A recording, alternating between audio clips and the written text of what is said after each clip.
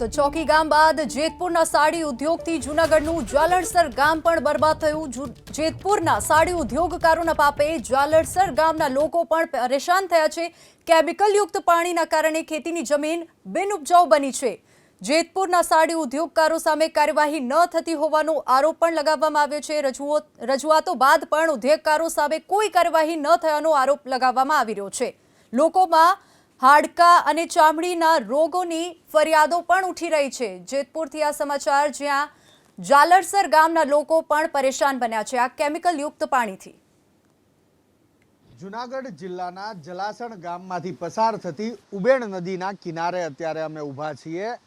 આ જે પાણી આવી રહ્યું છે એ જેતપુરના સાડી ઉદ્યોગનું પ્રદૂષિત પાણી મિક્સ કર્યા બાદ આ પાણી અહીંયા પહોંચી રહ્યું છે। ત્યારે આ ડેમ ઉપરથી જે પાણી છળી અને નીચે પડે છે ત્યારે જે ફીણ બને છે એના ઉપરથી એ પ્રસ્થાપિત અંદર કોઈને કોઈ પ્રકારનું કેમિકલ છે અને એટલા માટે જ આ પ્રકારે ફીણ અહીંયા બને છે। હવે આપને દ્રશ્યો અહીંયા એ પણ બતાવીશ કે મારા હાથમાં જે બોટલ છે એ બોટલની પછી એ પાણીને જ્યારે હું હલાવીશ ત્યારે એ પાણીની અંદર પણ ફીણ થતા જોવા મળશે। આ પ્રયોગ એટલા માટે કરીએ છીએ કે ઘણા વર્ષોથી આ ઉબેણ નદીના કિનારે લગભગ 58 જેટલા ગામ આવેલા છે।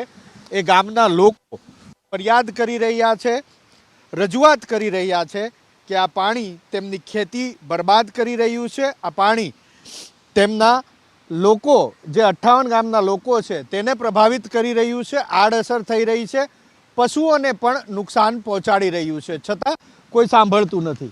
આ દ્રશ્યો જુઓ, આ બોટલની અંદર આ જ પાણી મેં હમણાં જ ભર્યું અને હવે આ દ્રશ્યો જુઓ તો બોટલની અંદર પણ આ પ્રકારેના ફીણ થઈ રહ્યા છે।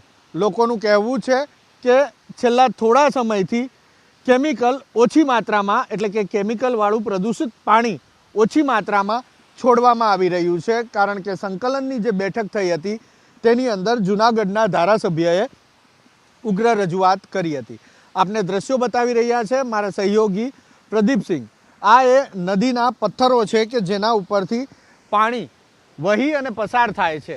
અત્યારે પથ્થર ઉપર પાણી નથી જતું ત્યારે જે સફેદ કલરનું એક પડ જેવું દેખાય છે, સફેદ કલર જેવું, લોકોનું કહેવું છે કે એ કેમિકલ છે અને કેમિકલના પ્રતાપે એ પથ્થર ઉપર સફેદ કલરનું એક પડ વળી જાય છે અને આવું જ પડ જ્યારે ખેડૂતો પોતાના ખેતરની અંદર આ પાણીનો સિંચાઈ તરીકે ઉપયોગ કરે છે ત્યારે ખેતરમાં પણ આ પ્રકારેનું પડ કેમિકલનું વળી જાય છે, જેના કારણે પાણીના ભાવે લોકો જમીન વેચવા મજબૂર થયા છે।